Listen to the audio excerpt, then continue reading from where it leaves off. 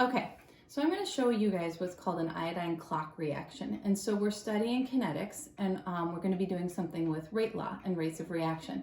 So there are two reactants we're going to focus on. One of them is in these three beakers. This first beaker is going to be our control, and it has a 0.04 molar solution of potassium iodate. This next one has double the concentration at 0.08, and this last one has half the concentration of the control at 0.02 molar concentration of potassium iodate. So this is our first reactant, and we're varying the concentration among these tests.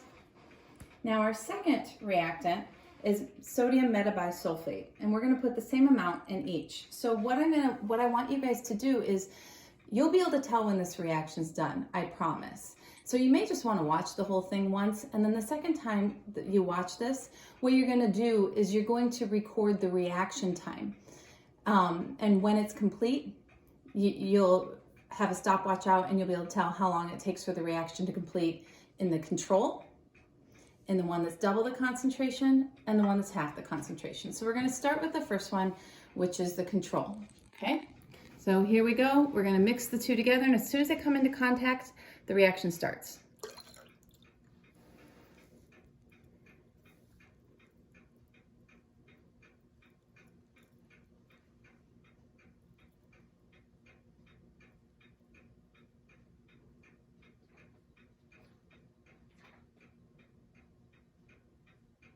So now it's done.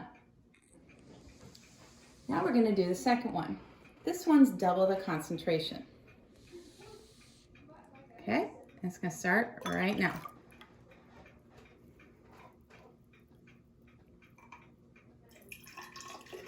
Oh, so that one's done. Okay, now I got to pour a little bit more for my last one. And this is our last one. That's half the concentration. Ready? Go.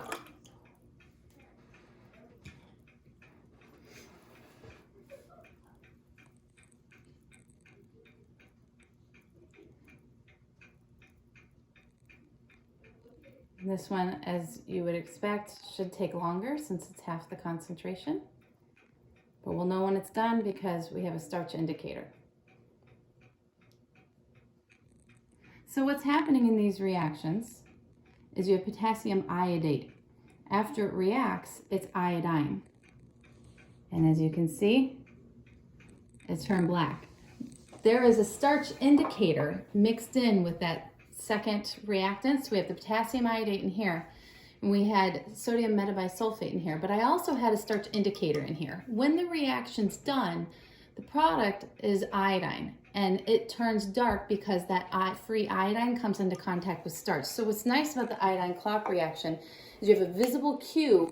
From the moment the reaction starts, you can time it, and when it turns black like this, you know the reaction has completed. So it gives you a start time and a time that the reaction is absolutely complete. From this, you should maybe watch it again. You're going to record a time for this first one. You're going to record the time that it took for the second one with double the concentration to complete, and a time for this last one that's half the concentration. So like I said, maybe this time you sat back and kind of watched it. Now you know what you're looking for. You may want to watch it again because you're going to need to collect data on it.